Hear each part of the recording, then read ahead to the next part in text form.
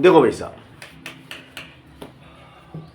अध्याय 1, आपका जो अध्याय 1 है, चैप्टर 1, जिसका नाम है रियल नंबर। क्या नाम है चैप्टर का? Real number. अब रियल नंबर में आपके जो ऑब्जेक्टिव बनते हैं, पहला ऑब्जेक्टिव आपका ये बनता है कि बताइए कि रूट 5 एक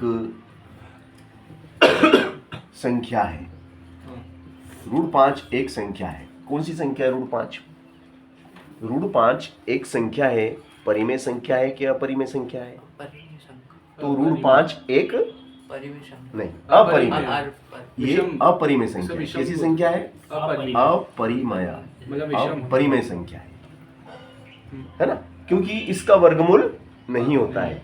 root 5, root 2, root 3, root 7, root 8, root 9 नहीं बोलेंगे, क्योंकि 9 का तो वर्गमूल 3 होता है। तो रूट 9 कैसी संख्या है? अगर वो ये पूछ ले कि रूट 9 एक संख्या है, कभी ऐसा पूछ ले, वो बताओ। अगर वो देखो ये पूछे कि रूट 2 एक अपरिमेय संख्या है, रूट 3 एक अपरिमेय संख्या है, रूट 7 एक अपरिमेय संख्या है, रूट 8 एक अपरिमेय संख्या है, मगर अगर वो पूछ ले कि रूट 9, तो 9 एक परिमेय संख्या है। कैसी संख्या है? परिमेय। ये परिमेय। अब सर ये कैसे मालूम पड़ गया परिमेय? देखो, परिमेय संख्या वो होती है जिनका की जोड़ा निकल जाता है। देखो रूट 9 के टुकड़े करो आप। देखो 3 तिया 9, 3 एक, तो देखो ध्यान से 3 गुणी 3, 9 का 2 हुए, 3 गुणी 3, ये जोड़ा बाहर आ गया। तो रूट 9 का वर्गमूल कितना है? 3। तो जिसका वर्गमूल ज्ञात किया जा सकता है वे परिमेय संख्याएं होती है। जिनका वर्गमूल ज्ञात किया जा सकता है वे परिमेय संख्या होती है। तो ये रूट 2 कैसी है? एक अपरिमेय, एक अपरिमेय संख्या। ये भी अपरिमेय है और ये भी अपरिमेय है, ये भी अपरिमेय है। समझ गए ना? मगर रूट 9 परिमेय संख्या है। अगर मैं आपसे पूछूं, चलो मैं अगर आपसे पूछूं कि बताओ रूट 11 एक संख्या है, तो बताओ रूट 11 कैसी संख्या है? बताओ रूट 11 कैसी संख्या है? अपरिमेय, क्योंकि इसके टुकड़े नहीं होते हैं, है ना। तो ये भी अपरिमेय संख्या है, अपरिमेय संख्या है। समझ गए ना? तो एक तो आना ही आना है कि भैया रूट 2, रूट 3, रूट 7 ये सभी अपरिमेय संख्याएं होती है। समझ गए ना? है ना? चलो तो अब इसके बाद अपन बात करेंगे 6 परिमेय संख्या ना। देखो रूट 6 अपरिमेय संख्या क्या है? एक अपरिमेय संख्या, एक अपरिमेय संख्या है। ये भी अपरिमेय संख्या, क्योंकि रूट 6 के टुकड़े नहीं हो रहे ना, जोड़े नहीं बन रहे। टुकड़े तो हो रहे हैं 2 गुणी 3, मगर जोड़े नहीं बन रहे। ऐसा तो जोड़े जिसके बन जाए, जिसका वर्गमूल ज्ञात किया जा सकता है वे परिमेय संख्याएं होती हैं, मगर जिसका वर्गमूल नहीं ज्ञात होता वे अपरिमेय संख्या होती है। जैसे कि अब मैंने लिख दिया, बताओ 2 धन रूट 2 कैसी संख्या है? कैसी संख्या बताओ? क्या बताया आपने? अपरिमेय, क्योंकि भैया ये अपरिमेय है और अपरिमेय के साथ जो भी आता है, जो भी अपरिमेय के साथ रहेगा वो भी अपरिमेय हो जाएगा, है कि नहीं? संगत का असर पड़ता है कि नहीं? संगत का असर पड़ता है भैया, है कि नहीं? तो भैया 2 माइनस रूट 3 अपरिमेय संख्या है, अपरिमेय संख्या।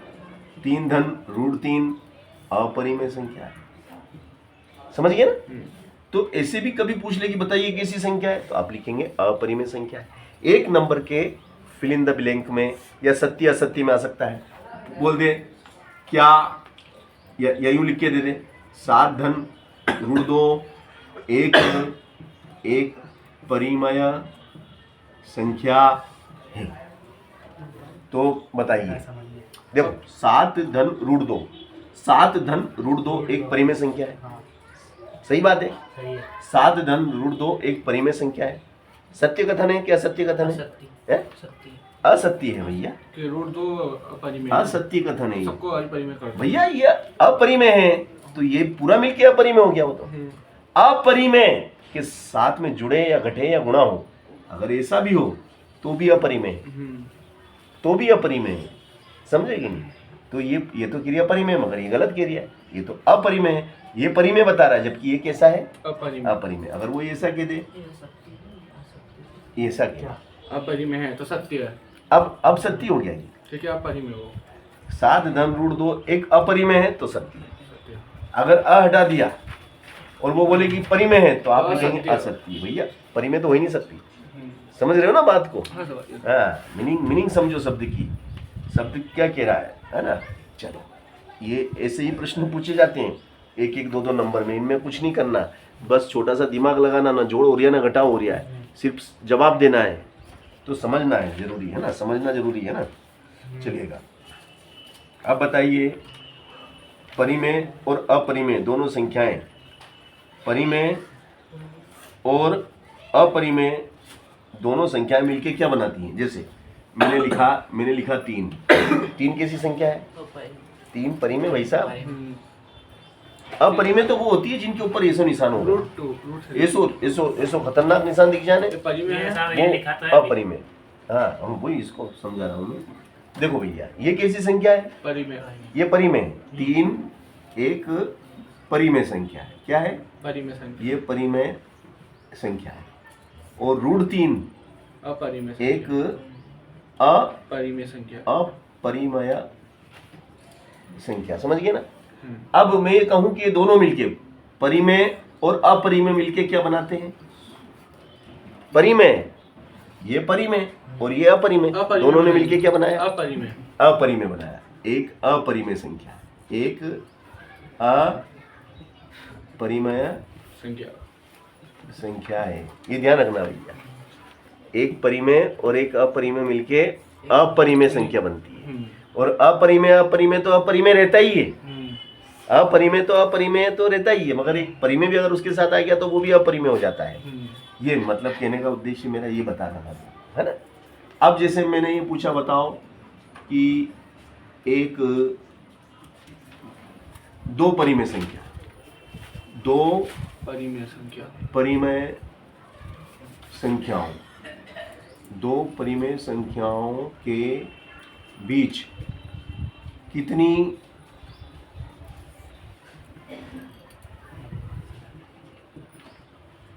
परिमेय संख्या होती है?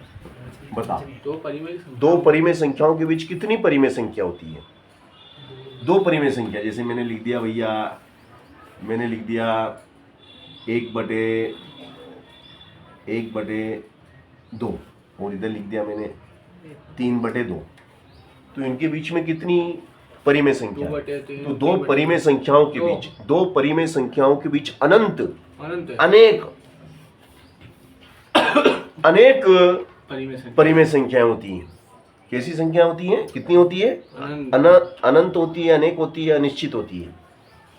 अनिश्चित परिमेय संख्या होती है ना? ये बहुत महत्वपूर्ण चीज बात बता दी मैंने, है ना? ध्यान रखना।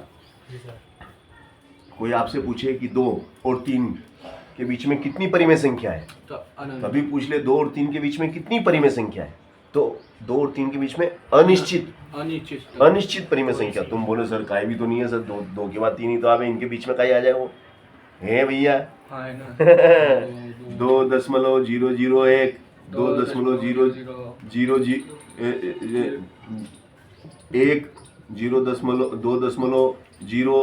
1 पे 2 12, समझे कि नहीं? ऐसे बहुत पॉइंट बहुत है भैया, खूब संख्या है, खूब संख्या है। चलो अब आगे, इसके आगे चलें। अगला सूत्र भैया आपका मैंने सुबह बताया था, खाली स्थान में आ सकता है। क्या आ सकता है?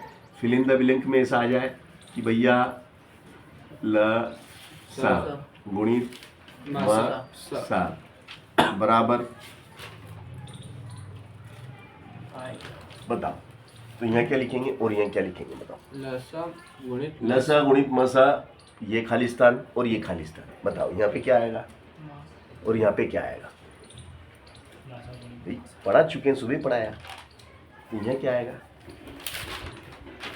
यहाँ पे आ जाएगा पहली संख्या। क्या आ जाएगा? पहली संख्या। दूसरी संख्या। यहाँ पे आ जाएगा दूसरी संख्या। समासा देखो HCF इंटू LCM LCM बराबर A इंटू B। ए पहली संख्या है और बी दूसरी संख्या है। ये सुबह हमने इसमें का सवाल करा था। ये खालिस्तान में ऑब्जेक्टिव बनता है, ये ऑब्जेक्टिव बनता है, 100% बनता है ठीक है। भैया। ये 2022 में पूछा गया। देखो हाँ सर। HCF LCM बराबर A इंटू बी, पहली संख्या गुणित दूसरी संख्या, 2022 का भैया। ये भी पूछा गया 2023 में। √2 एक अपरिमेय संख्या है, √2 एक अपरिमेय संख्या है। तो भैया आएगी फिर से। ये कहने का मतलब मेरा यहाँ पे यही है कि भाई हमें ऑब्जेक्टिव अगर हमने कर लिए सही साथ तो हमारे पास होने की प्रायिकता बढ़ जाती है। समझ गए ना? चलो इसके ऑब्जेक्टिव हो गए इस पार्ट के। चलो इधर देखो ध्यान से, है ना? कल बातें अपन खूब कर लेंगे, है ना? गणित में बातें करने में समय नहीं है। नंबर 2, चैप्टर नंबर 2 पे आ गए। चैप्टर नंबर 2 का क्या है? पोलिनोमियल्स, है ना? अब चैप्टर 2 में हम बहुपद की बात कर रहे हैं। अब कभी वो ऐसा दे दे कि बताओ x की घात 3/2 धन 7 x धन 1 एक बहुपद है। नहीं है। ये बहुपद है क्या? तो आप क्या लिखेंगे? क्या लिखेंगे आप? असत्य। असत्य। सत्य असत्य में पूछेगा वो हाँ असत्य। कि ये कथन सत्य है क्या असत्य है? असत्य सर। कभी वो ये दे दे x² + 1/x + 7 एक बहुपद है, सत्य बहुपद है। तो आप क्या लिखेंगे? असत्य। क्योंकि वो 1/x है ना इसलिए। हाँ, इसको ऊपर ले जाएंगे तो ये देखो यहाँ 1 है, ऊपर ले जाने से घात ऋण की हो जाएगी और घात कभी भी ऋणात्मक नहीं होती। बहुपद की घात सदैव धनात्मक होती है, बहुपद की घात सदैव पूर्णांक होती है। या तो 1 होगी या 2 होगी या 3 होगी, बटे में कभी नहीं होगी। 3/2 का मतलब 1.5 होता है। 3/2 का मतलब 1.5 नहीं होगा, 2.5 नहीं होगा, आधा नहीं होगा। होगा तो 3 होगा या 2 होगा, या 2 होगा या 1 होगा। और फिर घात धनात्मक होगी, ऋणात्मक नहीं होगी। अब ये 1/x था तो इसको यहाँ धन का 1 है, जब ये ऊपर गया तो ऋण का हो गया। समझ गया ना? ये कॉमन सेंस पे, इस टाइप के प्रश्न कॉमन सेंस पे बनेंगे। चलिए अब और क्या पूछ सकता है वो? देखो वो ये पूछ सकता है कि भाई शून्य कोण अल्फा इंटू बीटा बराबर क्या हो सकता है? अच्छा उसका सूत्र शून्य को का गुणनफल गुणनफल -b बटे नहीं, c बटे c बटे और गुणनफल और शून्य को का योगफल -b बटे a। ये सही जोड़ी में भी पूछ सकता हो, हाँ ये तो है ना? इधर यहाँ पे ये दे दे और इधर a b दे दे तो उसको उससे मिलाओ, या खालिस्तान में पूछ ले, है ना? चलो अब इसके बाद में और कौन से ऑब्जेक्टिव बन सकते हैं आपके इसमें? हाँ, रेखिक बहुपद का उदाहरण दे सकता है। ये ax + b एक खालिस्तान बहुपद है। तो भैया बैठ जाओ, ax + b खालिस्तान एक बहुपद है। देखो इधर ax + b एक कैसा बहुपद है? ये कैसा बहुपद है? ax + b एक बहुपद तो है, मगर कैसा वाला? कैसा वाला बहुपद है ये? इस बहुपद का क्या नाम है? ax + b। अगर ये बहुपद है तो कौन सा बहुपद है? बहुपद के प्रकार मैंने पढ़ाए थे। अगर किसी बहुपद की घात 1 होती है, यहाँ पे 1 है, तो उसे रेखिक बहुपद कहेंगे। खालिस्तान में क्या लिखेंगे? रेखिक बहुपद लिखेंगे। भाई एक घात, अगर किसी बहुपद की घात माथा पे 1 घात है, वो 1 लिखी नहीं जाती, 1 रहती है, तो उसे हम रेखिक बहुपद कहते हैं। अगर वो ये बोल दें कि बहुपद ax + b का ax + b का शून्यक है, अब खालिस्तान में शून्यक लिखना है। ax + b का शून्यक यहाँ लिखाओ, क्या आएगा बताओ? ax + b का शून्यक बताओ। खालिस्तान में 1 नंबर का है ये। ax + b का शून्यक बताओ भैया, क्या होगा? रेखिक बहुपद ax + b का शून्यक बताओ। a/b ए बटे बी। देखो इसका शून्य कैसे निकालेंगे कि ये जो बहुपद है ना, इस बहुपद को 0 के बराबर रख देंगे। बहुपद को किसके बराबर रखते हैं? 0 के बराबर, जब ही शून्य निकलता है। शून्य को निकालने के लिए बहुपद को 0 के बराबर, ये प्लस का भी उठ के उधर जाएगा तो क्या हो जाएगा? माइनस का। तो x बराबर क्या हो जाएगा? माइनस बी बटे ए। माइनस बी बटे, तो यहाँ उत्तर में लिखेंगे माइनस बी बटे ए। भैया जब जाके कहीं एक नंबर मिलेगा, इतनी रामायण यहाँ दिमाग में करनी पड़ेगी, या जो कथा है ना सत्यनारायण भगवान की, दिमाग में करनी पड़ेगी।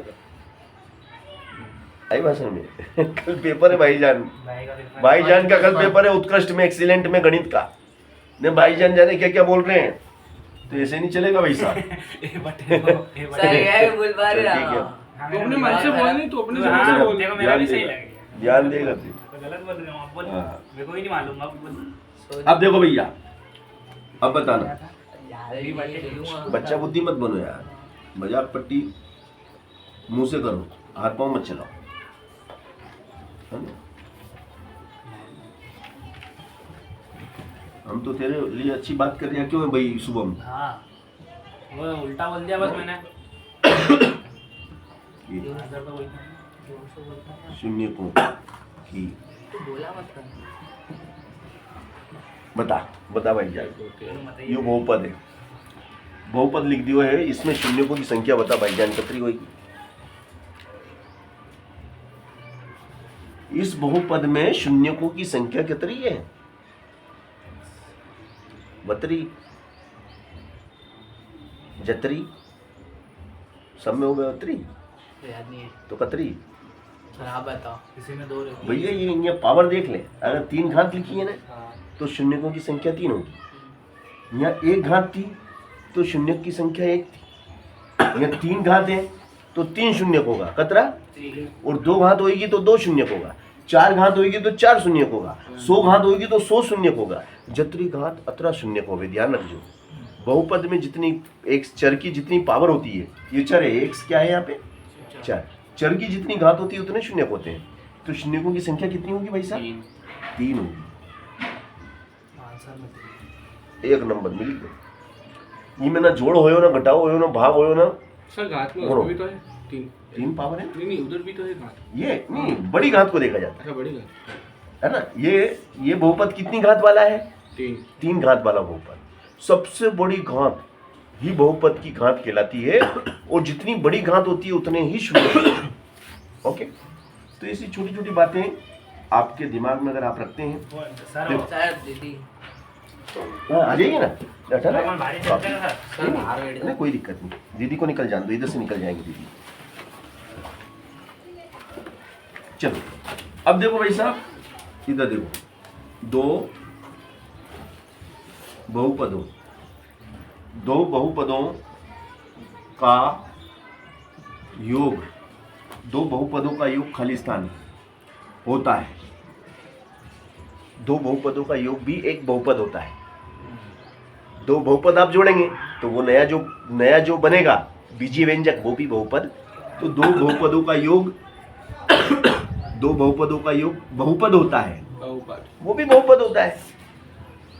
अरे भाई 2 इंसानों का बच्चा भी तो इंसान ही होता है, तो 2 बहुपदों का योग भी तो बहुपद ही होगा। 2 बहुपदों का योग की जगह बोल दो गुणनफल। 2 बहुपदों का गुणा बहुपद होता है। 2 बहुपदों का अंतर बहुपद होता है। 2 बहुपदों का भाग बहुपद होता है। ध्यान रखना, ये बहुपद में जितनी भी संक्रियाएं, 4 संक्रियाएं होती हैं गणित में, योग, व्यवकलन मतलब घटाओ, और भाग और गुणा। तो 2 बहुपदों के साथ या 3 बहुपदों के साथ जो भी आप कुछ करो, प्राप्त बीजीय व्यंजक भी एक बहुपद बनता है।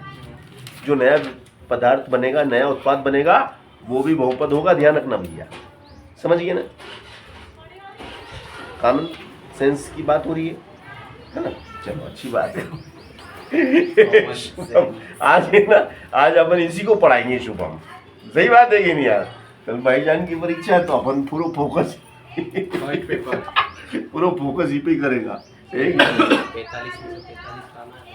कल की परीक्षा पूरा फोकस क्या डालेगा तो दिमाग में डाल दे, इनका दिमाग में अतरो डाल देगा एक ही दिन में कि वहां पे जाके उल्टी करोगे पूरा कमरो खाली। कौन सा चलो। पेपर कितने का 75 का पेपर है साहब। हाँ 75 का रहेगा 75 देखो भैया, त्रिघात। त्रिघात बहुपद, त्रिघात बहुपद 3 घात वाला में शून्यक होते हैं। बताइए, त्रिघात बहुपद में शून्यक होते हैं, कितने होते हैं भाईजान? त्रिघात बहुपद में 3 होते हैं, है ना? ये से अपन लोग कॉमन सेंस लगाना है, क्योंकि 3 घात है तो त्रिघात है तो 3 द्विघात। अगर एक ही जगह लिख दे तो द्विघात बहुपद में शून्यक होते हैं तो 2 या 2 लिख लो, समझ गए? ठीक। अगर वो ऐसा बोल दे कि रेखिक मतलब एक रेखिक बहुपद में एक शून्यक, एक रेखिक बहुपद में शून्यक होते हैं तो भाई साहब यहाँ पे 1 लिखेंगे। रेखिक बहुपद मतलब एक घात वालों। रेखिक बहुपद का स्पेशल नाम रख रखा अपन ने एक घात वाला को। आप यहाँ लिख दो एक घात वालों बहुपद या रेखिक बहुपद। इंग्लिश में लीनियर इक्वेशन कहते हैं इसको, लीनियर पोलिनोमियल। चलो, अब ये भी अपना ऑब्जेक्टिव पे मैं फोकस करूंगा, क्योंकि भाईजान की अगर ऑब्जेक्टिव सही हो जाते हैं 30 नंबर वही पक्के हो जाएंगे। तो अपने के पास होने की मतलब हाँ, गारंटी हो जाती है। पासिंग नंबर सर हमारा ऑब्जेक्टिव से मिल जाता है। ये इसलिए मैं भाईजान को पहले यही बताना चाहूँगा कि चलो, तो इसके जितने भी बन सकते थे ऑब्जेक्टिव मैंने आपको बताया। अब अध्याय 3 में हम एंट्री कर रहे हैं। क्या भाईजान? अध्याय 3 में एंट्री हम कर रहे हैं। आज भाईजान को इतना पढ़ा देंगे, इतना पढ़ा देंगे भाईजान को कि भाईजान गणित ही लेके पढ़ेंगे आगे और फ्यूचर गणित में बनाएंगे।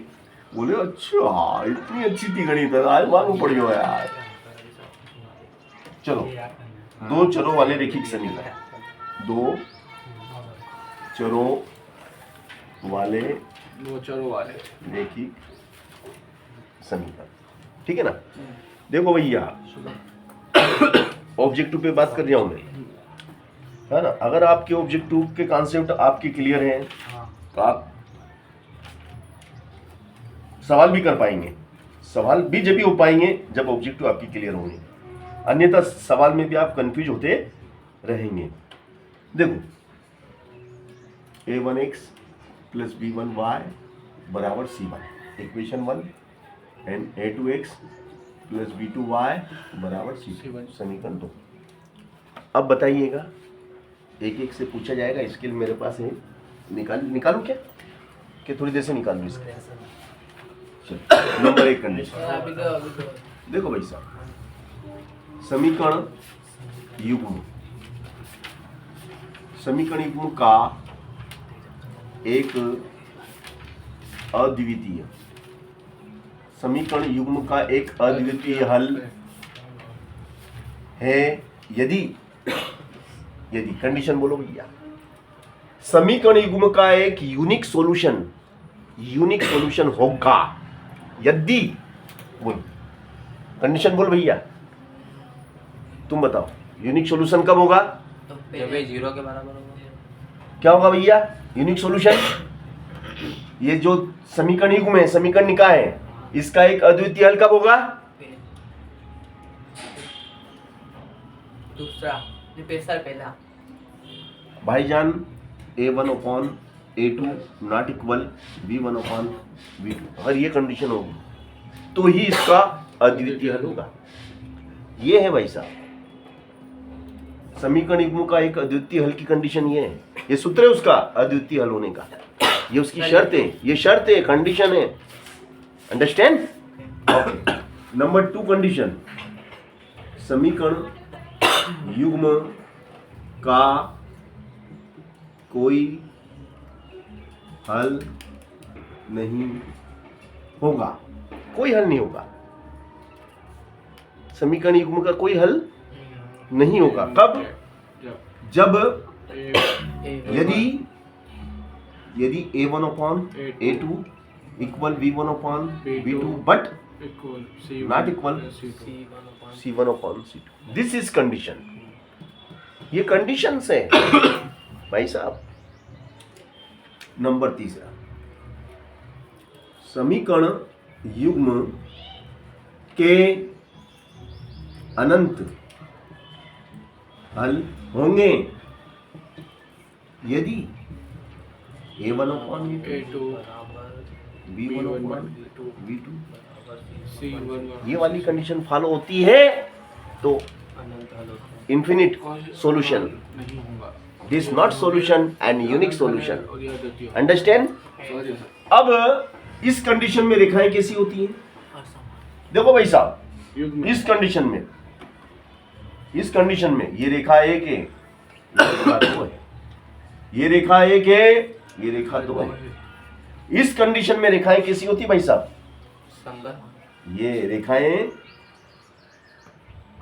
प्रतिच्छेदी। रेखाएं कैसी होती हैं? प्रतिच्छेदी व हल। हल कैसे होते हैं? रेखाएं प्रतिच्छेदी होती है और निकाय संगत होता है। निकाय कैसा होता है? संगत निकाय संगत होता है। रेखाएं प्रतिच्छेदी होती है और निकाय, जो समीकरण निकाय है वो संगत होता है। इस कंडीशन में, सेकेंड कंडीशन में रेखाएं कैसी होती हैं? रेखाएं समांतर व निकाय असंगत। असंगत ये संगत निकाय असंगत होता भाई साहब, निकाय असंगत होता है। और तीसरी वाली कंडीशन में रेखाएं कैसी होती हैं? संपाती, एक के ऊपर एक चढ़ी हुई, एक के ऊपर दूसरी चढ़ी हुई, संपाती। अनंत हल है ना। संपाती होती है, ओवरलैपिंग हो जाती है, एक के ऊपर एक चढ़ जाती है, पता ही नहीं चलता है कि दो है कि एक है। तो रेखाएं संपाती व समीकरण निकाय कैसा होता है? समीकरण निकाय संगत। इसमें भी संगत होता है, संगत होता इसमें भी संगत होता है। दो में संगत होता जिसमें हल होता है, जिसमें इसमें हल है, हल है, संगत है। अनंत अनेक हल है, संगत है। मगर जिसमें कोई हल नहीं है वो असंगत है। समझ गए ना? तो उसको हम असंगत बोलेंगे। तो ये बहुत बारीक चीजें जो मैं आपको बताने जा रहा हूँ, अच्छी अच्छी चीजें बताऊंगा।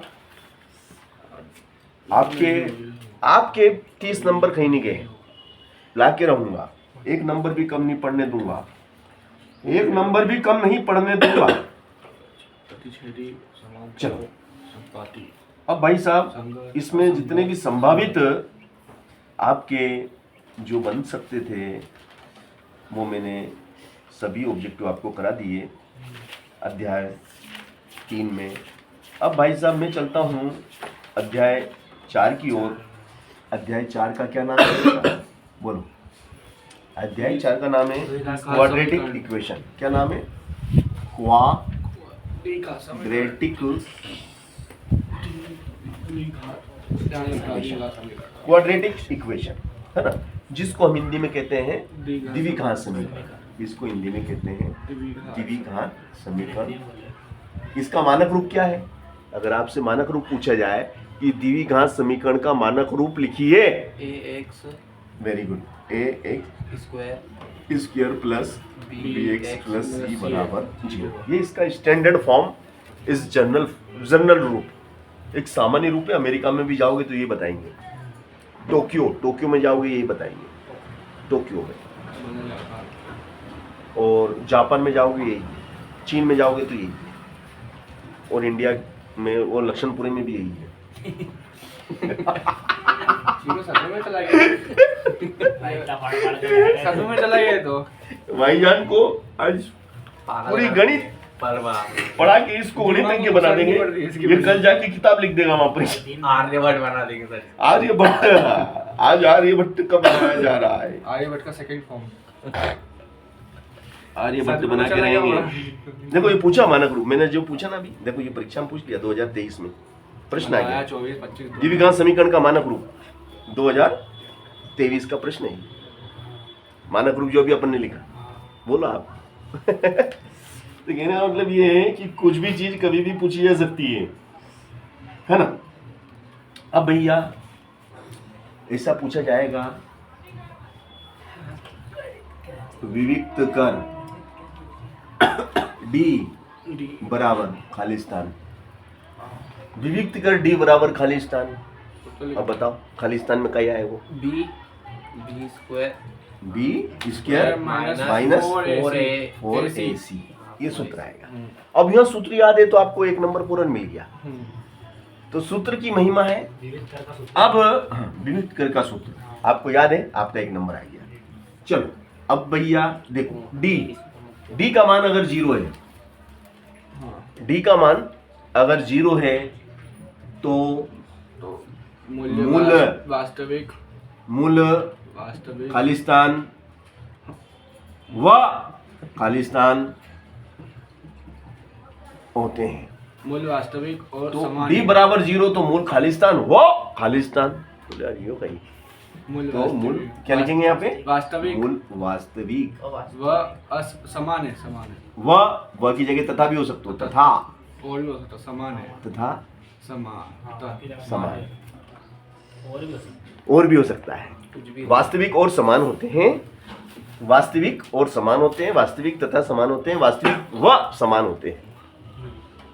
अगर वो ये बोल दे नंबर 2 में कि डी बराबर डी इज लेस देन 0, मतलब 0 से बड़ा है, 0 से छोटा है, डी का मान 0 से छोटा है, डी का इसको हल करा तो इसका मान ऋणात्मक आया, ऋण का 1, ऋण का 10, ऋण का 5, तो वो 0 से छोटा होता है। अधिकल्पित है। तो मूल कैसे होंगे? मूल खालिस्तान होते हैं। तो आप क्या लिखेंगे? मूल अधिकल्पित है। अधिकल्पित लिख दिया, नंबर 1 मिल गया। अधिकल्पित लिखने से नंबर 1 मिल गया। न जोड़ करा न घटाव करा है, बस हिंदी में लिख दिया। हिंदी में लिखना भैया, गणित में भी नहीं। डी इज ग्रेटर देन 0 बड़ा उससे, तो मूल वास्तविक और असमान है। खालिस्तान तथा खालिस्तान होते हैं। तो यहाँ लिखेंगे वास्तविक तथा असमान असमान है कि नहीं? तो भैया ये मैं आपको पूरी तैयारी करा के रहूँगा, मैं आपको पूरे नंबर दिलाऊंगा। ये अपन शपथ लेते हैं, ये अपनी आज शपथ है भैया। चलो अब दोस्त मेरे, हमें द्विघात समीकरण के मूलों की अधिकतम संख्या कितनी होती है? द्विघात समीकरण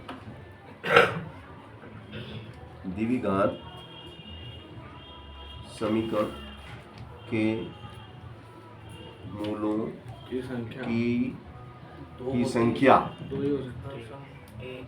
होती है। 2 होती है। यह 2 ही होगी ना। जितनी घात उतने मूल, जितनी घात उतने शून्य, जितनी घात उतने मूल। आगे आंसर है। एक बिल्कुल सही। तो भैया द्विघात समीकरण के मूलों की संख्या अधिकतम 2 होती है ना। अब अगला आपका इसमें जो ऑब्जेक्टिव बन सकता है, देखो अपन ऑब्जेक्टिव पे बात इसलिए कर रहे हैं क्योंकि भैया ऑब्जेक्टिव सबसे ज्यादा ऑब्जेक्टिव पास होने का सबसे सरल साधन है हमारा ऑब्जेक्टिव। ऑब्जेक्टिव हमारा पास होने का सबसे सरल साधन।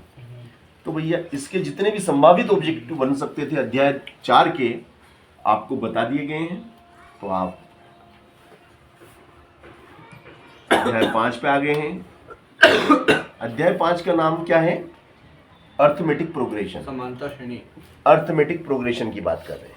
समांतर श्रेणी जो कि ऐसी श्रेणी जिसके किन्हीं भी 2 क्रमागत पदों के बीच में समान अंतर पाया जाता है, उसे हम समांतर श्रेणी कहते हैं। और भैया जो किसी समांतर श्रेणी का सार्वंतर जो हमें निकालना होता है, भैया देखिएगा कि किसी समांतर श्रेणी का n वां पद, देखो किसी समांतर किसी समांतर श्रेणी का किसी समांतर श्रेणी का n वां पद होता है। बताओ n वां पद का सूत्र बताओ। किसी समांतर श्रेणी का n वां पद क्या आएगा? खालिस्तान। a + n ये भैया बताइए, इन भैया को बताओ। किसी समांतर श्रेणी का nवां पद यहाँ क्या लिखूं? nवां पद का सूत्र बोलिए आप। nवां पद का सूत्र लिखिए आप, बोलिए, बताइए।